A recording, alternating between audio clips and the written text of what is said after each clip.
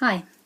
Okay, so there's still a massive stigma surrounding mental health, which to me, I was part of that club myself, really. At the beginning, I was quite embarrassed about it. I didn't want to accept that I got depression, that I got PTSD. I think people are embarrassed still.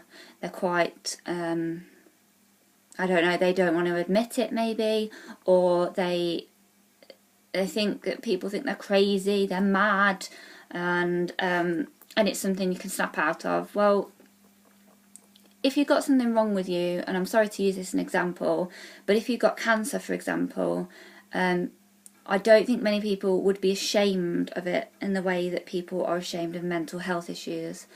You wouldn't worry about what people would think of you, or a lot of people, some people maybe, a lot of people would not be unwilling to get help or unwilling to go down to the doctor and tell them about it. However, with depression, with mental health issues, with PTSD, even with chronic illnesses, chronic pain disorders, I think people are very reluctant to get help. I do think that men are worse, but I do think that people are embarrassed to admit that they're struggling, embarrassed to admit that they're not happy, because everybody's supposed to be happy these days. Social networks, everybody paints this beautiful picture of life, everybody paints this happy world where everything's perfect, everybody's having so much fun out with their friends and going on holidays, everything's fantastic, it's all a complete front. Nobody is very, very honest about what's going on in their lives. And if you put negative status updates, if you say negative things, a lot of people don't like that, or a lot of people say they don't want to read that, which is ridiculous, because life is not 100% positive. Life is not perfect. People don't live perfect lives. You know, we can make people see us any way we want them to see us via Facebook. We just post the best photos, the happiest photos.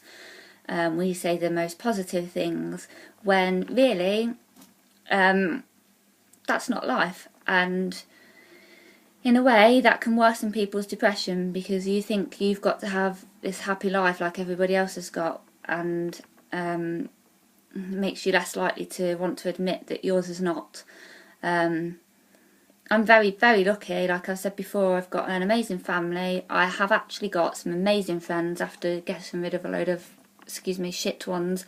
I have now got some amazing friends, and my boyfriend is amazing too.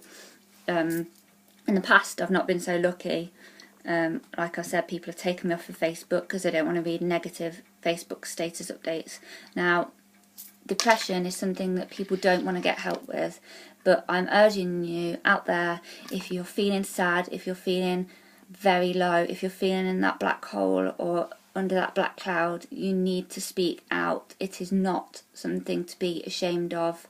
It is something that needs help. A part of you is not functioning properly. It's a part of your brain and chemicals and all sorts of things. And if you had a broken arm, or if you had a broken leg, you would go to the doctor and you would get help.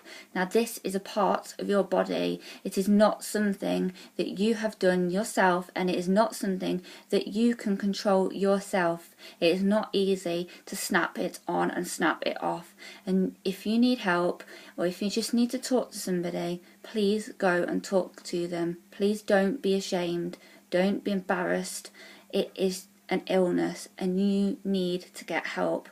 And there are many ways. There are medication, there's counselling, and there's CBT, there's exercise therapy. There are ways to help. You just need to speak out. So please, don't be ashamed, don't be embarrassed, speak out. Thank you.